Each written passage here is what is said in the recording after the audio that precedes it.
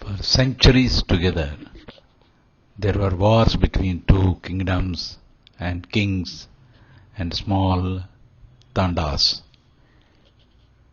Over a period of time, there were compromises from the victor and the defeated.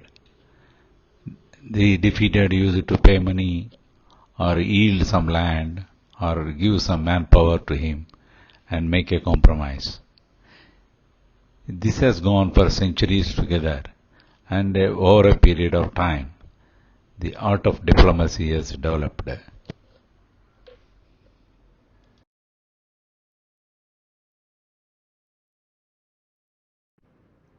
First one is Sandhi.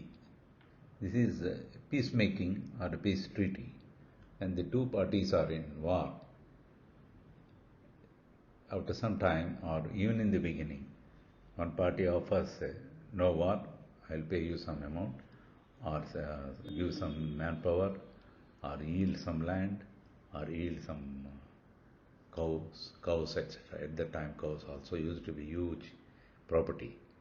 So this way they may use to make a peace treaty, and with some conditions. Sometimes you protect me from the others also. So this kind of a peace treaty used to happen. This is called Sandhi. Vigraham, battle.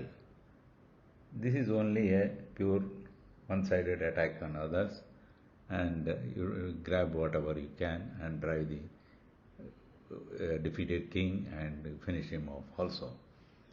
Yanam. When you are strong, going for a war, you know you are stronger than the enemy.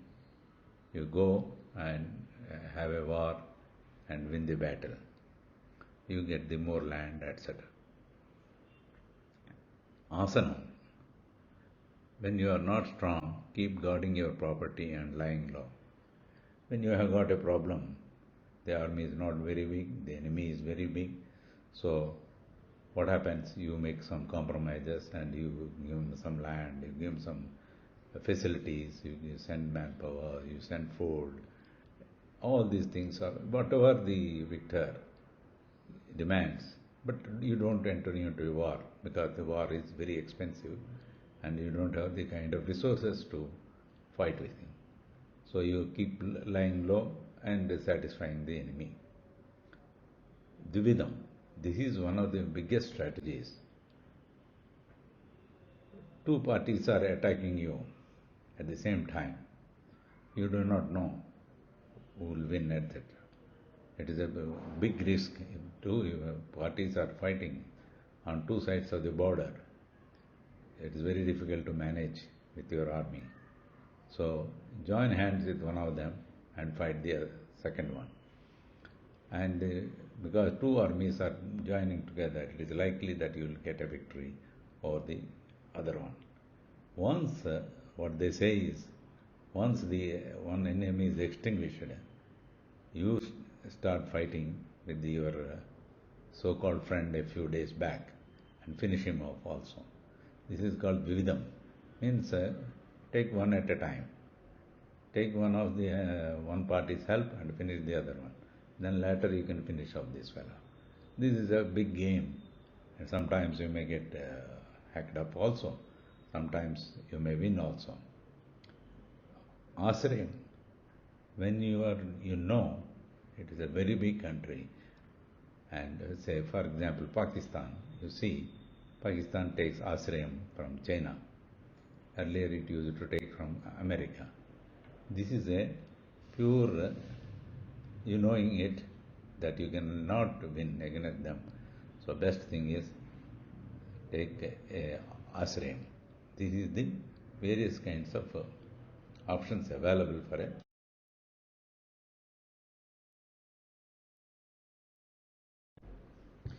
The art of diplomacy was popular for thousands of years, and many times the diplomats in very recently were poisoned and tortured.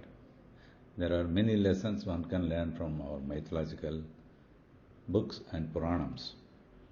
The current presentation was made from Udyoga Parvam of Mahabharat.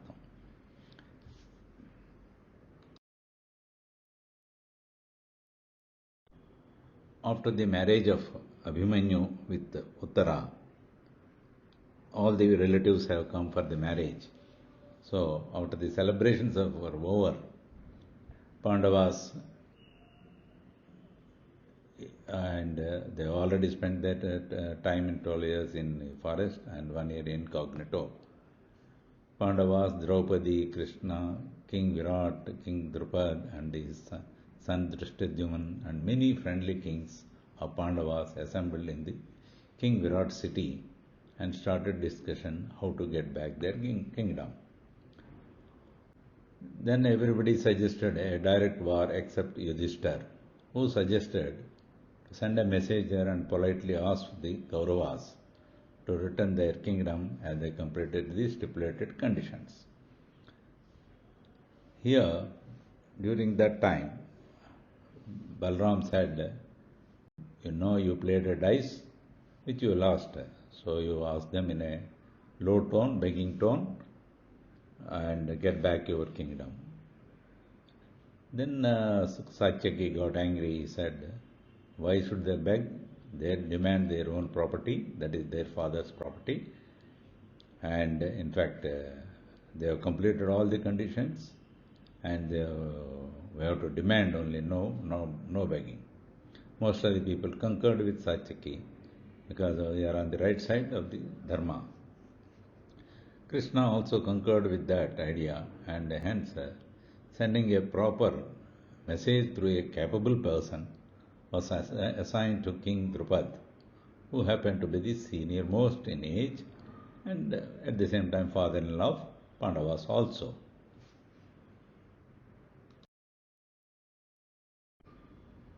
King Drupad was an aged man and with a lot of experience. He thought, unless I divide the enemy into two parts, the sympathizers with us and the other party. He knows Bhishma, Drona, Krupacharya, Vidur, these people who are, they have a liking for Dharmaraja and they are truthful people. So, the first thing is, in the enemy camp itself, there should be some two parties. He should break them. So he suggested his messenger, who happens to be a Brahmin, who will talk straight and without any kind of mincing words.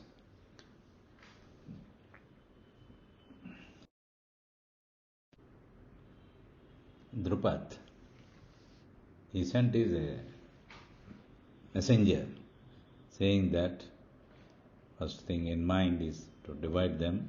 So he said, please go and meet Bhishma, Drona, Krupacharya, Vidur at their residences before you meet King Dritarashtra in the Rajya Sabha. So this Brahmin went and told, I have come as a messenger from Pandavas sent by Drupad.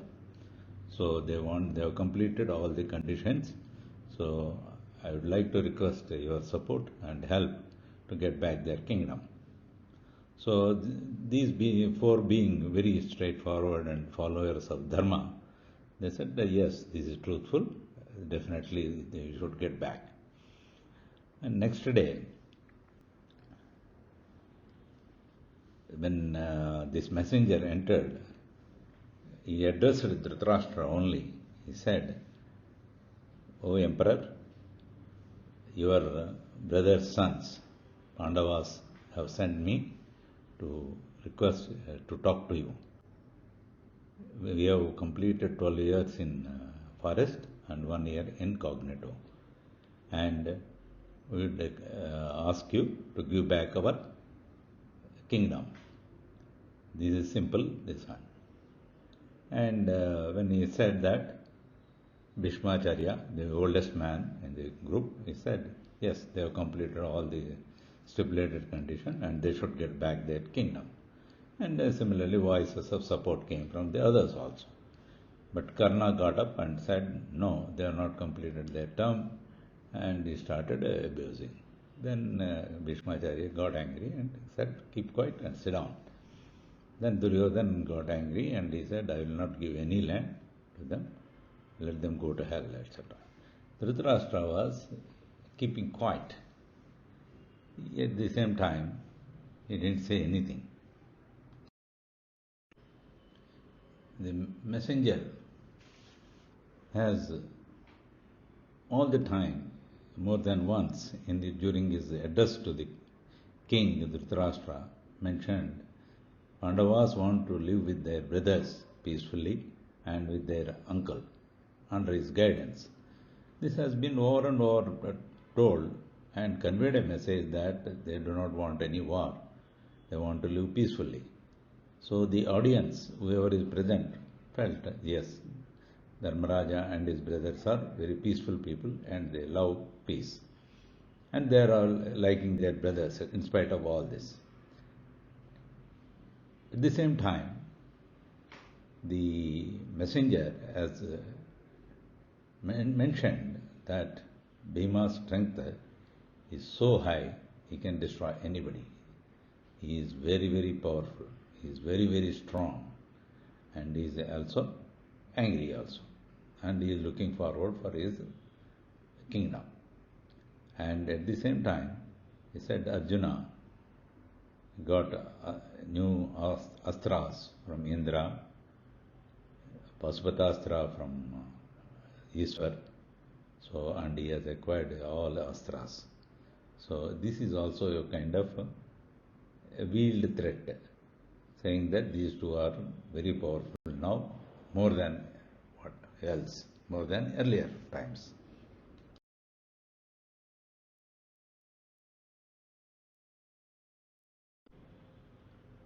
Dhritarashtra's strategy.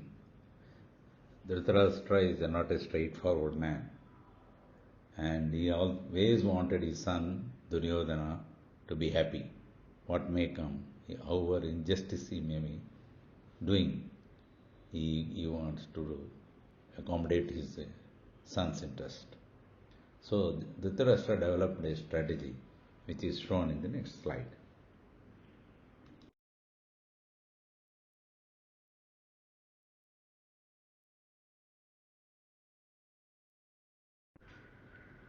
Dhritarashtra at that time he told the messenger, yes, I will think over and send a message to Pandavas. You go ahead now. So the messenger has gone back. After some time, he sent Sanjay, his chariot driver, with a message. In fact, there is no message. He said, I am very happy that the Pandavas have completed and they are happily in Virat's kingdom, Upaplavya. Let them be, wherever they are there, let them be happy. I will be also very happy about them. And he didn't talk anything about returning the kingdom. And he sent he also is a master of crooks. He sent a message saying that Bhishma has got his own death in his hands. Nobody can kill him. And Dronacharya is the guru of all these Pandavas and Kauravas. And he cannot be defeated. So just remember this. He sent a veiled threat. And Dharmaraja, when he heard this message, that his uncle has sent an empty message through Sanjay, he got very angry and sent a strong message saying that we will do anything to get back our kingdom. His anger was shown in one sentence: we will get back at what may come. So whatever is to be done, we will do it.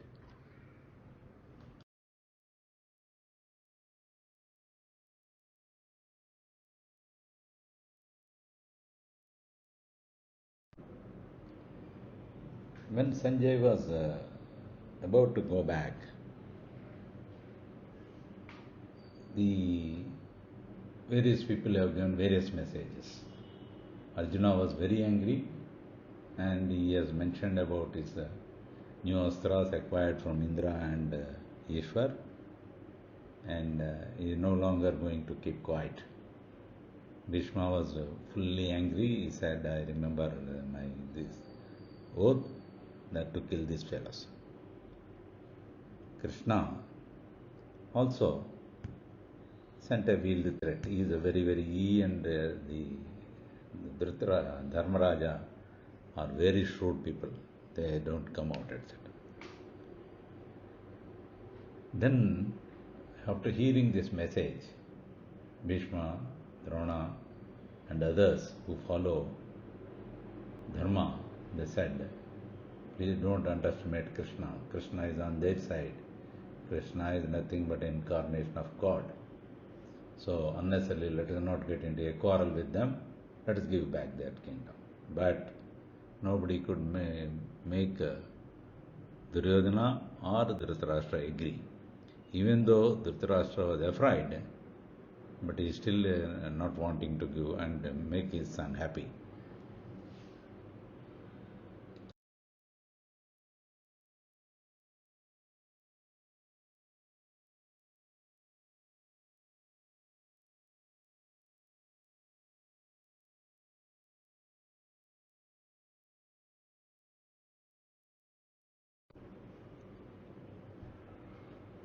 You see, both parties are knowing that the war is inevitable. But Pandavas tried their best to avoid war and become an aggressor.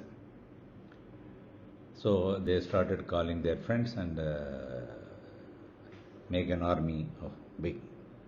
So Pandavas also called all their friends and sought their support, and similarly Duryodhana also. Duryodhana wanted Shalya's support because King Shalya, who happens to be the Mama of Nakul and Sahadev, that is Madri's brother. So naturally you will be on the side of Dharmaraja.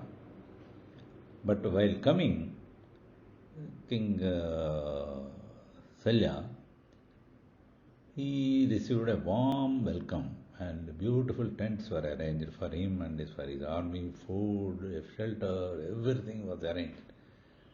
And he was surprised, and he was happy also.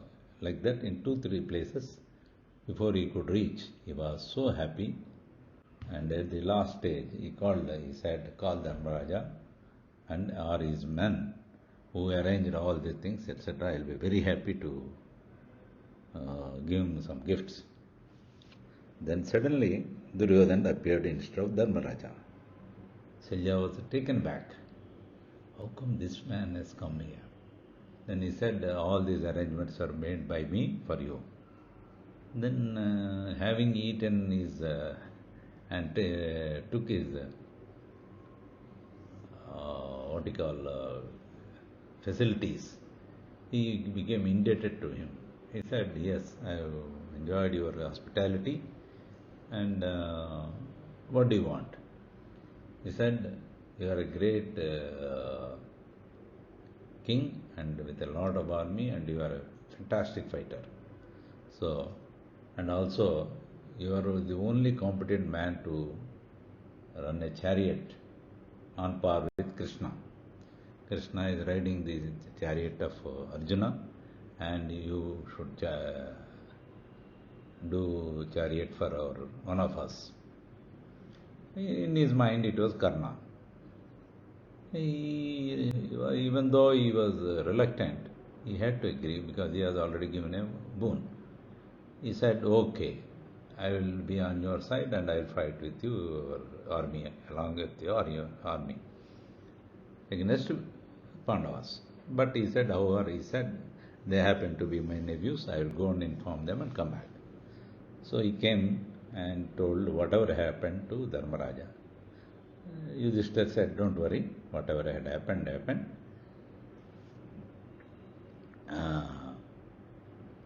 But do me a favor. He said, what is that? What do you want? I will definitely do for you anything. Then he said, A day will come when they will ask you to do chariot driver. So chariot, what they call Saradhi for Karna. At that time, you deride Karna and demoralize him and bring his morale and create a fear in him that he will never win a war against Arjuna. Arjuna is great, you are nothing before him, like that. You totally demoralize him, and that will be a gift for me. Because right from beginning, he has got one fear, Dharmaraja.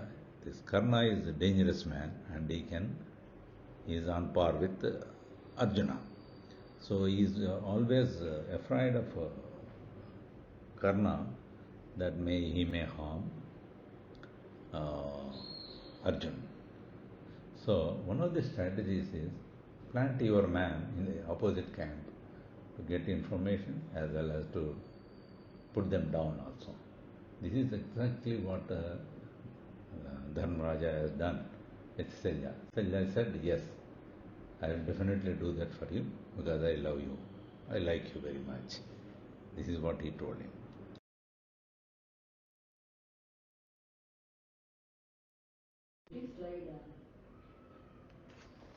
Krishna's diplomacy is a treatise on diplomatic tactics.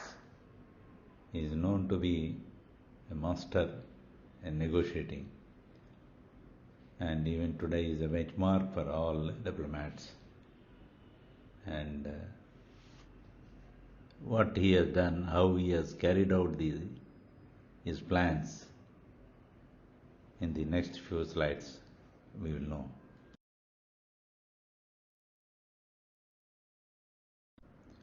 After the exit of Sanjay and his empty message, all the people, Pandavas, Draupadi, King Drupad, King Virat, Drishtadyuman and their allies, Satyaki, all assembled in one place. And everybody was for a war. Dharmaraja wanted a peaceful solution, others want to go for a direct war. This is almost a divided house. Krishna, he said, I concur with the view of Dharmaraja, before we go for war, we should have find a solution. He said, suddenly, I will go as a peacemaker, apostle of peace. And everybody was surprised. Interestingly, in the minds of Yudhishthira and Krishna, they want a war for two different reasons. Yudhishthira wanted a war because these people are not yielding for good words. So a war is inevitable, and I should get back my kingdom. And I am no longer going to tolerate this. Krishna, as the creator of this world, he wanted to reduce the heaviness on the earth. They have to go, some people have to die in this war. So reduce the load on the earth. This is his plan. So both, for different reasons, wanted a war. But both have behaved as if they don't want war. So King Krishna, he said, I will go as a peacemaker between the brothers.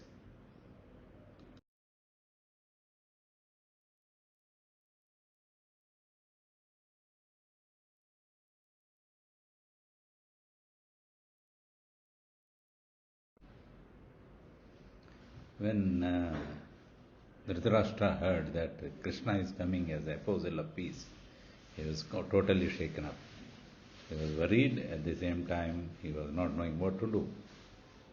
Then Bhishmacharya and Vidur advised him, follow his advice, he is a well-wisher for both parties, and we should carry on whatever he says. Don't say no to him and get into trouble. So, but he was shaken up, he was disturbed, but he He likes his son very much and he cannot say no to him. He was in a dilemma.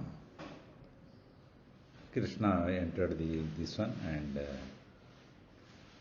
he said that tomorrow I will talk about the message I brought. So he said how is Dharmaraja and his brothers have sent their respects to their uncle and love to their brothers. He started with this and then he said, I'll go and rest, I have travelled a lot.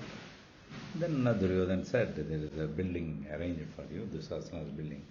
It's a fantastic one and with all the facilities for you, etc. The King Krishna said, no, I cannot be staying with you. You are an enemy of Pandavas and hence you are also enemy for me also, since I have come on their behalf. In the diplomatic, this one should be very careful about where you stay and what food you eat, because there are millions and millions of cases where people are killed by opposite party, the messengers, poor messengers.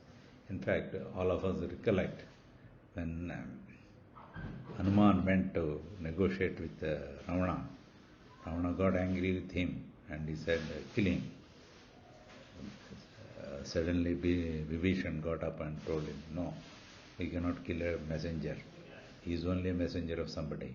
So we'll have to give him punishment. We can give him a punishment. We can shave his head, we can you can cut his tail, or we can put a fire in the tail, etc. You do some kind of things, etc. But we cannot kill him. So that's why his tail was put on fire, etc. That was a different story. So generally, the peacemakers, the messengers are not killed. But in some cases, they are killed also without mercy. Next day when he entered he said, today I am going to stay with Vidur. He got much more angry, why are you staying with that low caste man? I don't want you to stay with him. Then he said, no, sorry, I will stay with him. And he stayed with him and Vidur was very, very happy. And Vidur told him, your preachings or your tellings will not have any impact on Duryodhana and Dritarashtra. You are wasting your time, please don't go, I am afraid of you. I am afraid something may be done to you, etc. Then he met Kunti Devi also. Kunti was crying, saying that my sons have been deceived and this one. He asked, what is the message you give it to your sons? He said, every queen underlying gives birth to her sons to be the warriors. Let them behave like warriors. This is my message to my sons. Anyhow, the next day he entered this one, and the first sentence he said, the Pandavas are conveying their utmost respect to their uncle and pranams to him, and love for his younger brothers, and they wish all of them to very well to be together, and they want to live peacefully with their brothers and uncle. This so kindly return now the kingdom. This is the message. At the same time, since Krishna was coming, lot of Maharshis like Jamadagni, Kanva, Narada, plenty of Munis have also come here to see that Duryodhana didn't care about whatever he said, etc.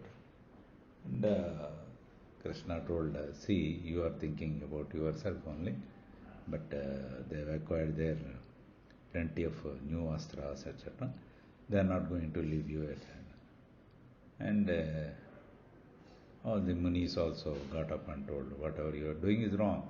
Give them back their land, and they don't want any war also. They are asking for their portion of their kingdom. But he refused to listen to anybody. And Dritarashtra was unable to control his son and tell him anything. And at the same time, he conveyed a message from Pandavas. If you don't give the kingdom, you will face disastrous consequences. This is a word from us, and same thing has been conveyed by Krishna to them.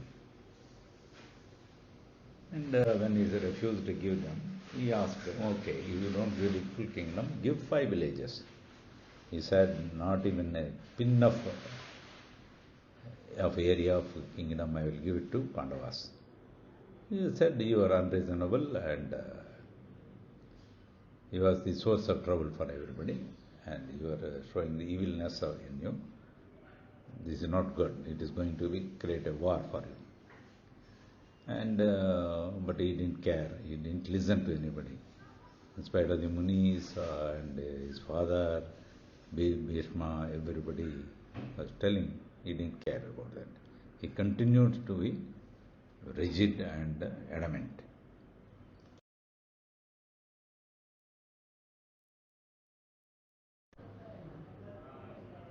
Before leaving the Rajya Sabha, Duryodhana did a foolish thing in spite of the warnings from all the people. He tried to bind Krishna with a rope. Then Krishna showed his Viswarupam, and none of them could see except Bhishma, Drona, Kropacharya, and Dritarashtra. He showed his Viswarupam. All others closed their eyes because of the extraordinary light. They could not see him. And he said, he showed that and created a fear in most of the people. And after some time, he withdrew his Viswarupam and walked away. At the same time, what had happened is, Dritarashtra, he said, give me my blindness, I don't want to see in this world. So he got his blindness. He was totally shrunk. He was so afraid that he is going to. But, however, he is following his son. While going away, he said, Karna, you are always loyal to Duryodhana, but you never talk to me also, you never help me, you never talk to me as friendly also. Can you drive my chariot for a while? He said, definitely, it's a privilege. Krishna, in spite of all these things, I like you and I love you. What a privilege for me. And he drove his chariot, Krishna chariot, and he drove Karna's chariot, and his own chariot is coming behind with Kurtavarma and others. After going some distance, he said, stop there. We'll have a small talk. We'll see the natural scene. Both of them were walking for a small distance, and then he said, did you ever think about your mother? He said, yes, I have been thinking about my mother. I have got a feeling that my mother is a princess, and she abandoned me because for various reasons which I don't know. Then he said, if I tell your mother's name, you will be surprised. He said, Krishna, don't play mind games now. Tell me who is your mother is none other than Kunti, and your brothers are Pandavas. He was shell-shocked. He said, I had a suspicion that I am son of a great princess who, for some reason, did not accept me as her son. He said, this is the reason what had happened before your birth, so she could not accept you, etc. See, this mind game has destroyed Karna's very strong mind. Karna was totally loyal to Duryodhana, what may come. But when he came to know that Pandavas are his younger brothers, he was totally shaken up. He was in a confused state. He was having affection for this one. He said, why don't you come this side? He said, no, I will not come to the Pandava side at this stage, because people, all my life, Duryodhana has given me a life and made me a king. So he gave me a respect, gave me everything possible at this time to save my life. People will say he has gone to that side. I will never do it. He said, I don't know why you tell me at this stage of war about my birth. I should have died without knowing it. No, you should know it, your birth. After all, you are a great fighter, you are a great warrior, I know it. But by telling him, he destroyed his mind and he developed an affection for Pandavas, and he was in a confused state. Later, even though it was not a part of the strategy, Kunti also went and met him when she came to know that war is becoming inevitable and is going to start very soon. She went and met one fine morning Karna, and immediately Maharani, why did you come here? What I can give you? You are a Maharani and I am an ordinary soul.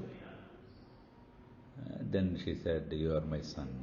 He cried for some time. She also cried, but he was very angry.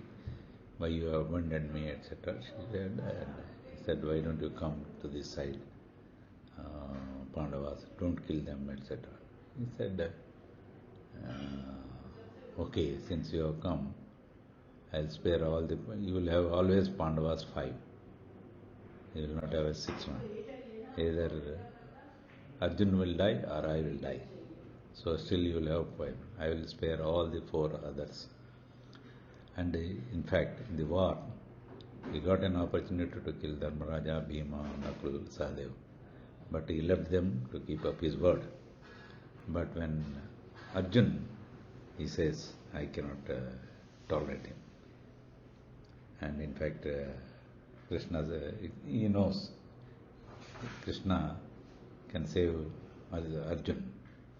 And in fact, he saved him once when his arrow was about to hit his neck. He pressed the chariot and it went to 1 inch lower, and the arrow hit on the crown and saved his life.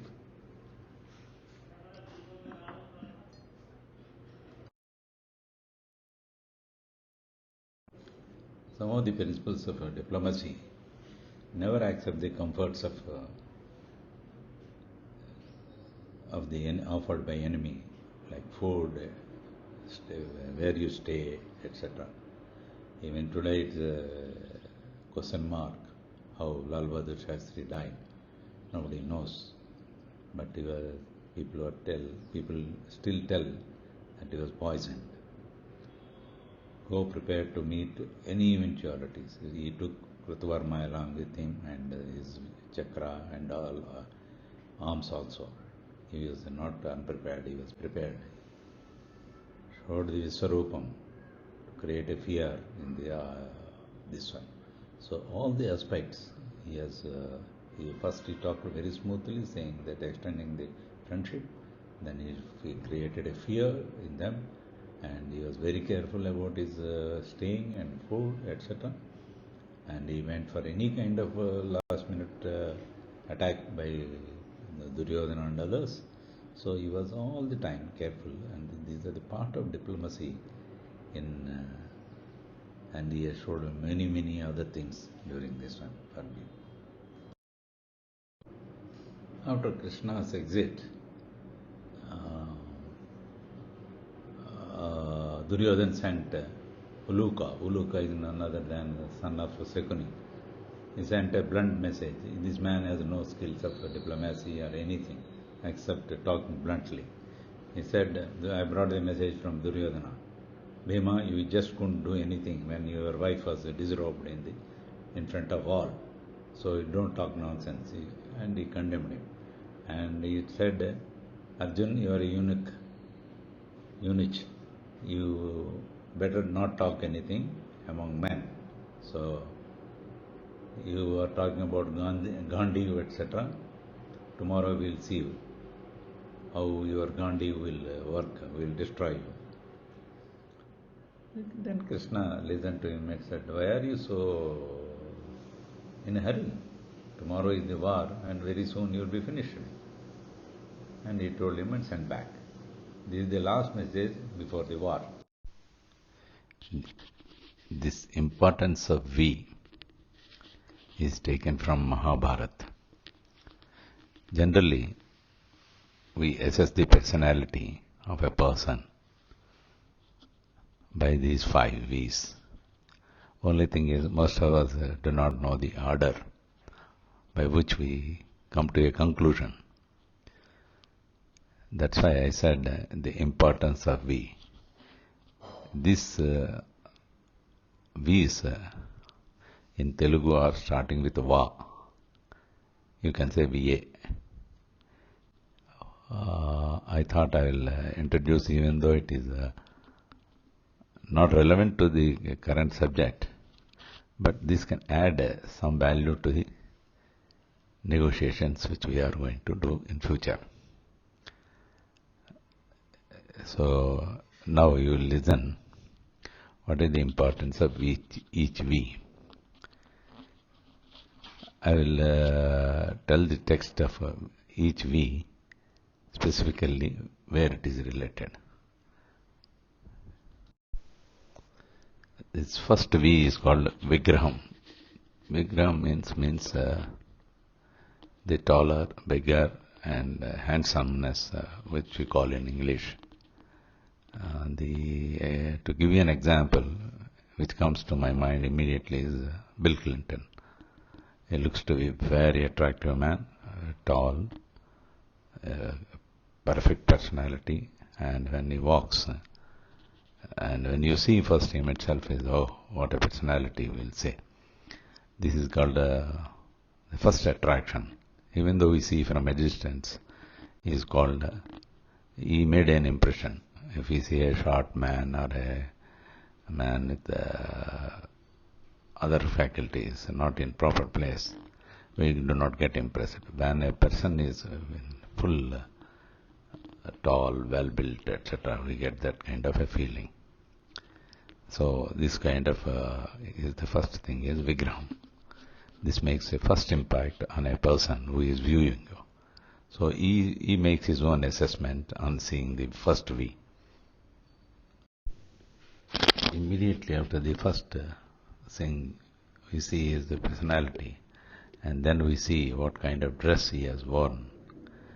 Most of the people do not bother much about dress, great personalities.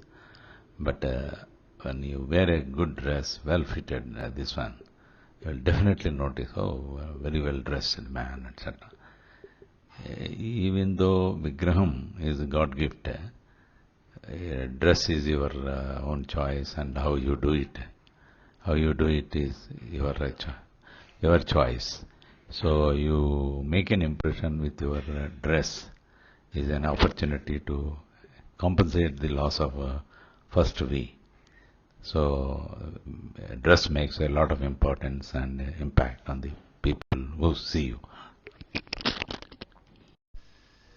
Interestingly, the person whom you have seen is a tall, well-built man and a handsome man, and is also well-dressed. You are half impressed.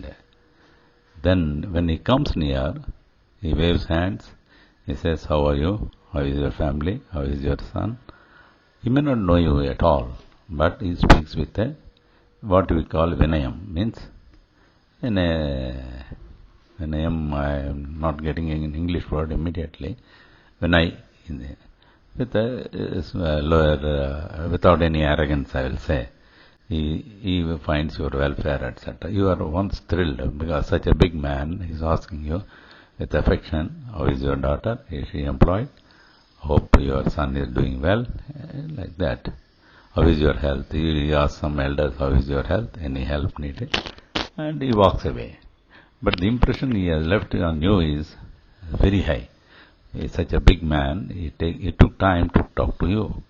That itself is a great thing, because already he has scored in Vigraham and Vastram and in Vinayam. So 3 points he has already made in a strong impression on you. Vaku, what I have written, is in the Vak. Whatever you speak is called walk. There are people who speak excellently and they keep the people in thrall. So this walk is the fourth step in the developing, in attracting a personality. Even if you don't have that vigraham, vigraham is given by God.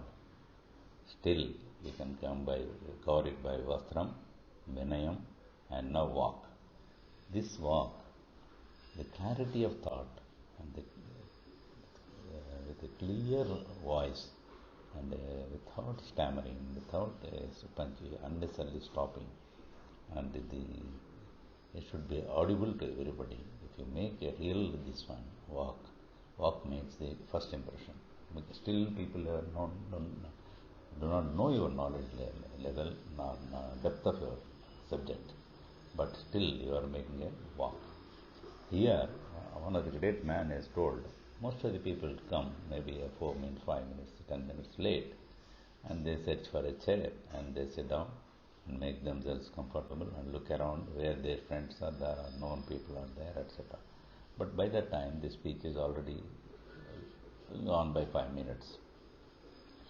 But he says the first 5 minutes in most of the cases is lost because people settle down and they say this chair is not good, they go to other chair, and these kind of small things. Then somebody else has called, oh, you come here. He goes, this reshuffling and resettling down, I call it, takes about first 5 minutes. While the speaker is speaking, the first 5 minutes are lost on the crowd. Very few hear that one. For that, a good solution was suggested by one of the great persons, who is a par excellence speaker. He said, first thing is, as soon as you come onto the stage, give a very good joke. Immediately everybody will laugh, and the people who have missed the attention will ask on the neighbor, what is that? He said, everybody will laugh. You will tell or you will not tell, etc. But you will also get into the attention because you do not know when next joke will come from that man, etc. So, this how to realign the people in shortest time to your speech this is one of the techniques he has told. So, walk comes with a kind of a real charming and kind of wit one has got. Otherwise, first 5 minutes will be lost. Still, you can the throat, the level of voice, the kind of each pronunciation of each word, and the connection of words without any pause and all those things makes a lot of difference. This sometimes it is inborn quality for a lot of people, but some people without this one probably they train themselves how to speak in public. This is itself is a art, and a lot of people cultivate it to make an impression. So, before we go to the last one, that is Vidya Vijnana, which is known on the last, and he speaks only on it. But before you reach Vijnana, there are 4 things, out of which Vigraham is not in your hand. God has given you a type of personality. You may be short, you may be having some handicap, you may not be very handsome looking or beautiful or whatever. That second one is vastram. If you wear a good dress, you can make still impression. And vinayam. Vinayam is you can easily do that, even though you may be very arrogant, but you can show that vinayam as an act. You may act before the people as if you are interested in the welfare. Most of the politicians do this very easily. There may be different personalities behind what they speak, but vinayam makes a difference. Then walk. Walk gives an opportunity first to interact with a larger audience. So your walk should be very good, impressive, and without stammering, without pause or anything. That makes the walk almost you have reached 80% of your marks. Walk till such time you do not know his depth of knowledge or what he knows it about the subject, and how much he has read, etc. People may say he is a doctorate, he is a this so-and-so, he has got 5 doctorates he has studied in Oxford, he has done in Wharton School or maybe Harvard, etc. This may be all on record in this one, but you do not know what is the depth of knowledge he has got and range of subject he knows. Once he starts, and you will start knowing his depth of knowledge and his range and his ability to bring quotations from various subjects relevant to this current subject. It gives you an idea, oh, this man is very well read, he is par excellence, we say. What a speech he has made. See, the combination of a good word and a combination of knowledge with that is a perfect example. So, the Vijnanam comes last. So, even though you may be very well read and none of the 4 qualities are not there, you will not get the right kind of recognition. So, Vigraham is God given, but Vastram is in your hand, Vinayam is in your hand, walk, yes, sometimes you can cultivate, if there are no major problems, you can cultivate how to speak well. This is still in your hand to mend yourself. And Vijnanam comes only through good study and understanding subject and making it into a presentable fashion. This is the fifth one which makes a personality. All these people, all these big people have all the 5 qualities, and that's why we say they are great people. You can recollect Vivekananda was probably we have not seen him, but from what we have read, what we have read many times, told by many people, he has got that charming personality, and his walk is fantastic, and his knowledge is immeasurable. So he made an impression throughout the world, not only in India or anywhere. Even American Chicago crowd was enthralled about his greatness and his speech. So these 5 make a good personality. Wherever you have got a deficiency, you can cover it up, except the first one. First one can be camouflaged with the other ones, etc. Thank you.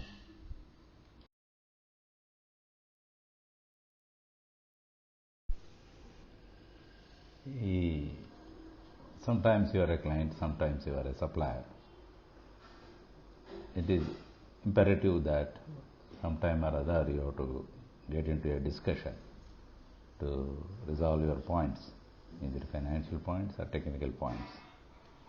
What I learned from my negotiations is a lot of people come with their agenda. 3 points are there, 3 points they want to win that. Never it happens, because other man is also equally stubborn to win the 3 points. So either it will end in breakdown or get it postponed without any resolution.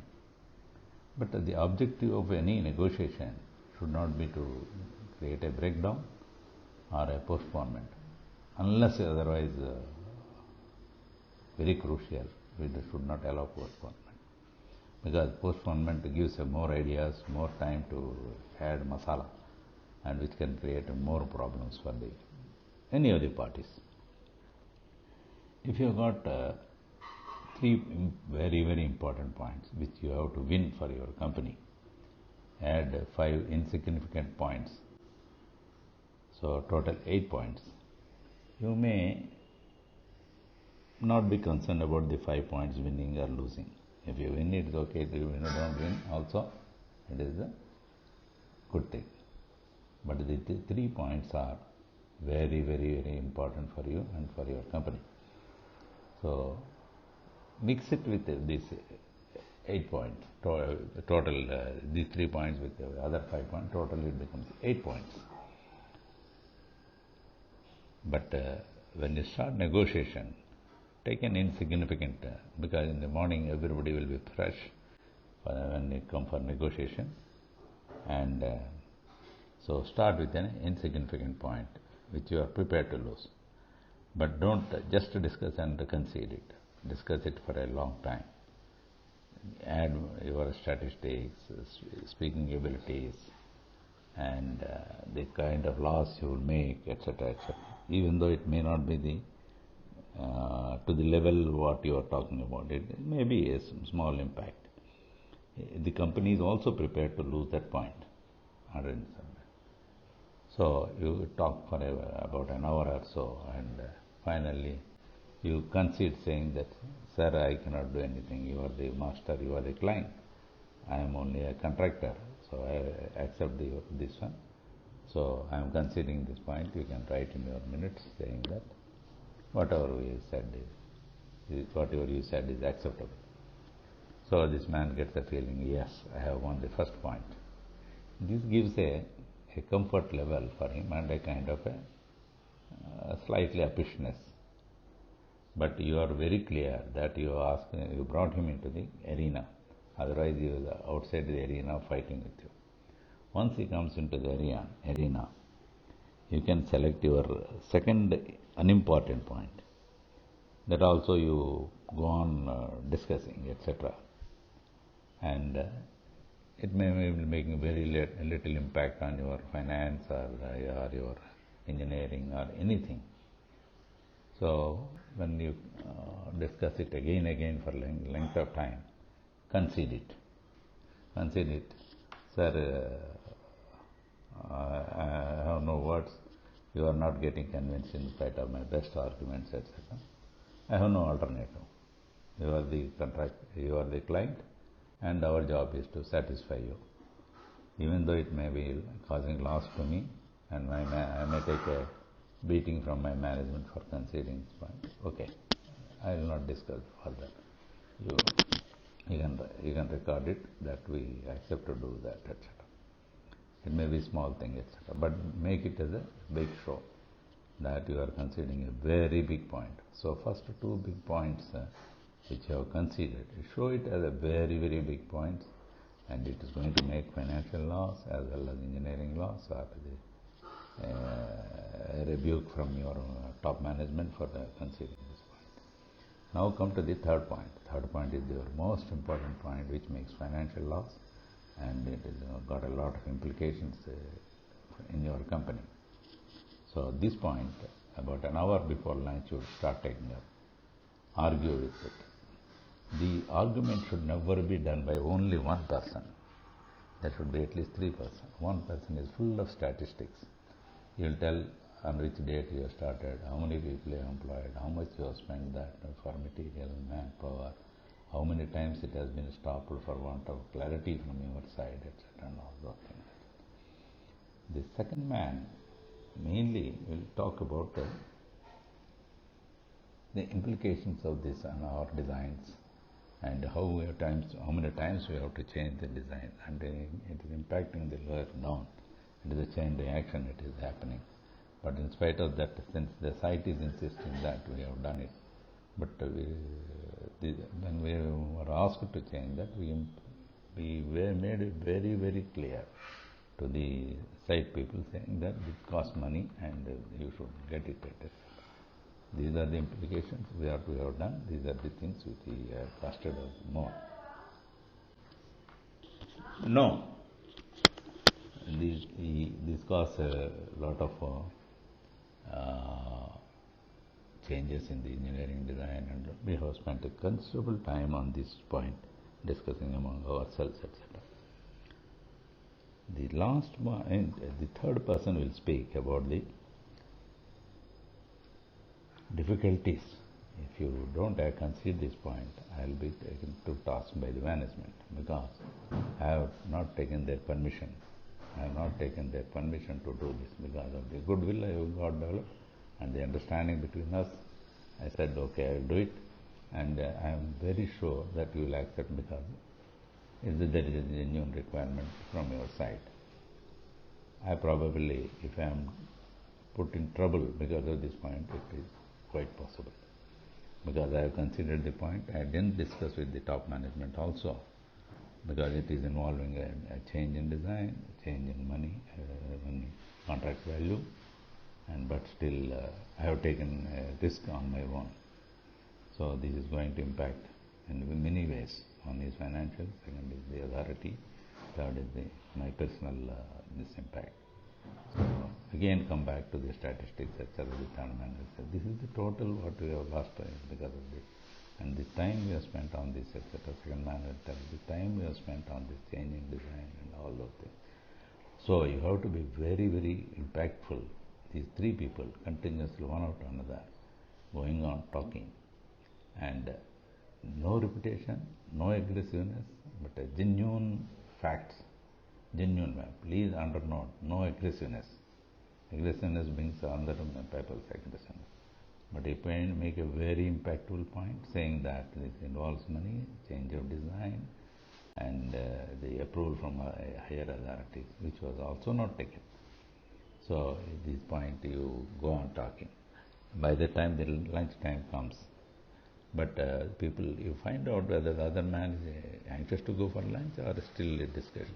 Okay, continue the discussion. If the other man is anxious for the lunch, don't allow him to go for lunch. He says a few minutes we will discuss and conclude it.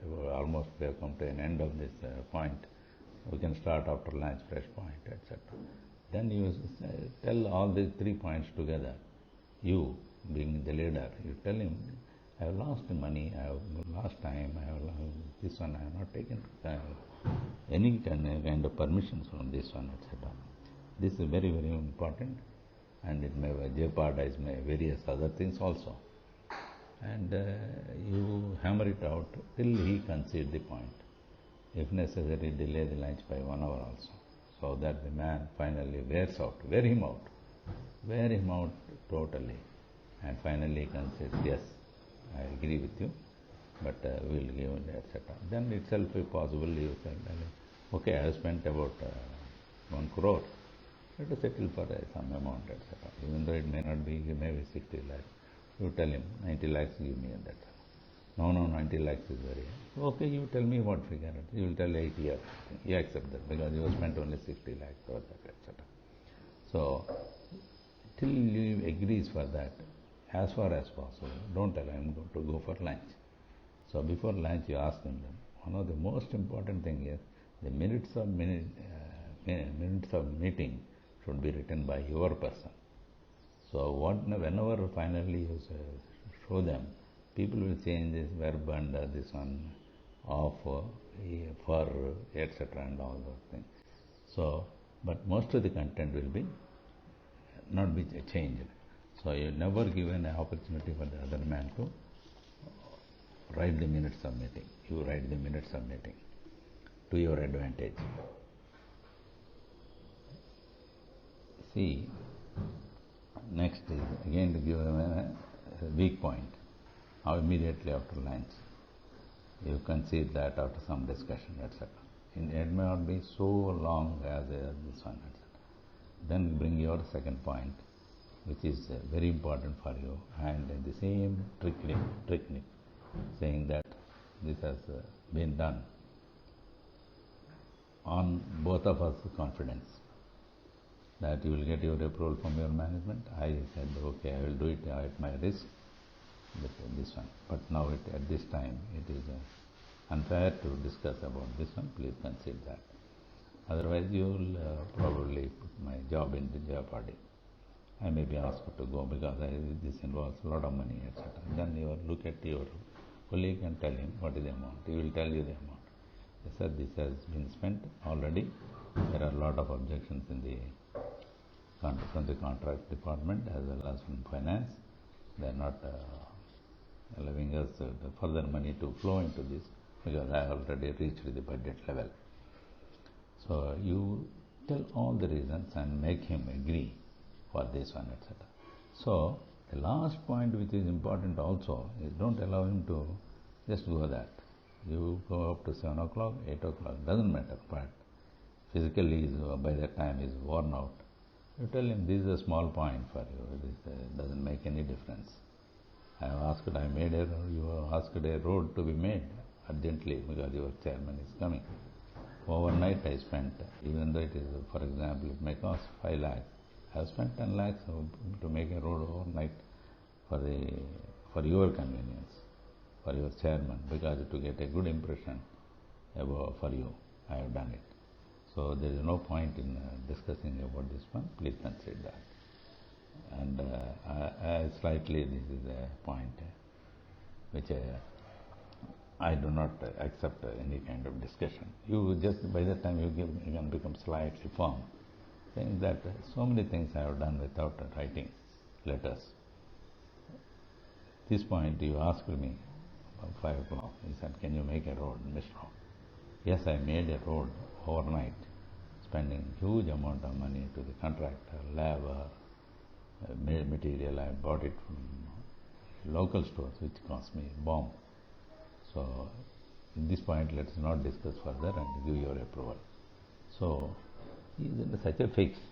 You may have to consider these points, etc. See, these are the only few techniques one has to develop by themselves.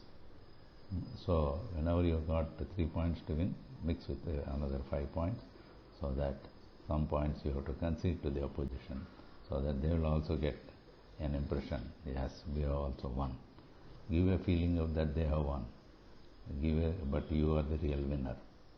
So, in the negotiations, it is very important to view and by the way, who are coming for negotiations and read out their mind. Maybe you are already, because you have been working with them, and if possible, one day before the meeting, have a chat, have a drink, have a meeting with them, and the important people, 2-3 people, and make a very cordial atmosphere for the next day morning meeting. Otherwise, it starts on a very stiff note. Stiff note doesn't give so much results, etc. And at the end of the negotiations, you offer a party, saying that I am glad you got the major points, but still I am happy that we have closed the issues pending for a long time. I am not bothered about who won major points or anything, but at least some of these points which you have helped me saved my job also. Even though it may not be truth, but you put it in like that, and that man gets a full kick, saying that yes, I saved his job and he is indebted to me, etc. So these are the few tricks what I have used during my negotiations. So use that. Yes, threat is one thing. Some people can really threaten. But once you break down the total toss, it goes to the higher level. Once it goes to the higher level, both parties take it very as a prestige level. So resolving at your level is much, much easier than going to higher levels. When MD level comes, it becomes a very difficult issue, because you have to protect your people's words and other man has to protect his people's words. So it's always important that don't allow the points to go up as far as possible. If you want to consider some small percentage, do it and conclude it here. Thank you. These are my pure personal views, and is not a Bible. Okay, thank you.